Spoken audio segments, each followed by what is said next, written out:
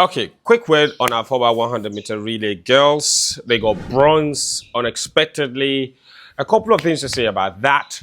One, they're not all in secondary school, to be fair. We know Jafar Aisha is in TIMAS. She's actually about to write her WASI this year.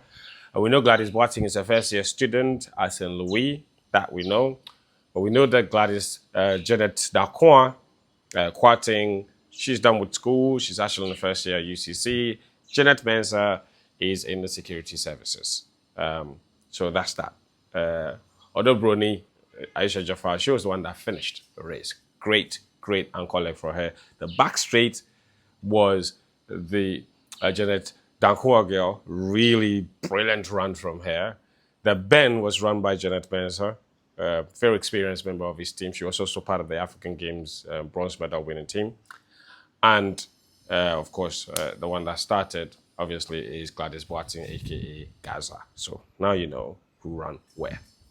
Second thing, this is what you call development. And for anyone that said that we're throwing them into the deep end with no preparation, I think that was not very fair, because these girls actually had just come back from a zonal competition in Cote d'Ivoire, and they've been running. And this is a really good way to develop the athlete and develop their confidence, put them next to top sprinters. They pick up one or two lessons from there. The aim of this is not to win. So when you don't see them win, especially in their individual 100-meter races or 200-meter races, it's not because they're not prepared or we didn't prepare them. It's just the reality that that's not their level. However, you put them there to build experience. And that's what development basically is about. And I'll give you a story. Back in 1999, a certain slender 16-year-old was in secondary school, Okes, or Sechiche Secondary School. She was blowing a lot of athletes apart, and the country took notice. Every regional competition, she was representing the Ashanti region, and she was always at the top. But she was 16 and in secondary school at Okes. And yet, at the African Games in 1999 in South Africa, the country made a decision to take her there. You know what happened?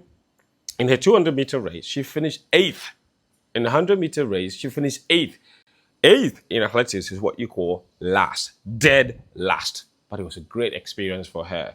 And she went on to become one of the greatest, if not the greatest Ghanaian sprinter of all time. You know who that is? That's Vida Enim. She's the record holder in the women's 100 meters in Ghana. So sometimes it's not just about how well they do in their debut competition or how young they are or how unprepared they are when you throw them in there.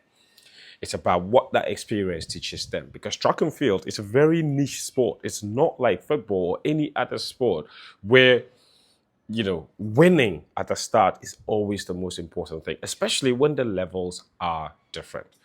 So for me, I'm very happy with the way Ghana Athletics has treated this. This is really good experience for them.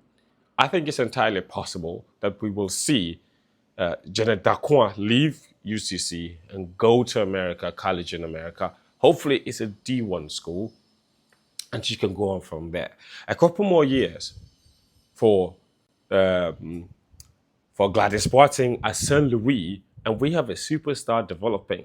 Again, as a tribute to the Interco. And next year's Interco are going to be even bigger than last year's, because now we have a proper national athlete and an African championship bronze medalist that will be competing at the Baba Yara Sports Stadium next year.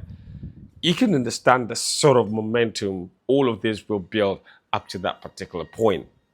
And so, you know, like all of these have ripple effects. And for me, I'm very happy. This was the first time this team was running together as a relay team, and they got a very, very impressive bronze. Who knows how much more they can achieve if they're kept together for a much longer time.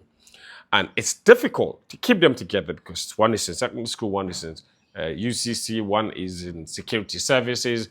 It's always difficult. However, what's important is that they will meet often when there is every international competition and practice a week or two leading to that. They don't always necessarily need to go there and win, but when they run together consistently, they build chemistry and the winning will come. Because relays are not always about how fast the individual athletes are, but how fast you can get the baton across. And to get the baton across as fast as possible, you need chemistry, you need synergy, you need an understanding, you need team building.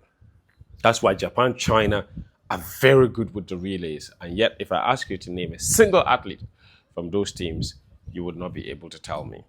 Or I ask you to name another member of the South Africa relay team, and you would not be able to mention anyone apart from Akane Simbine. The rest of them are decent, but they're not super.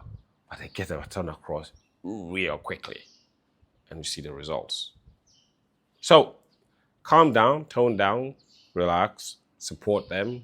What you saw there was a good thing. We can build on that.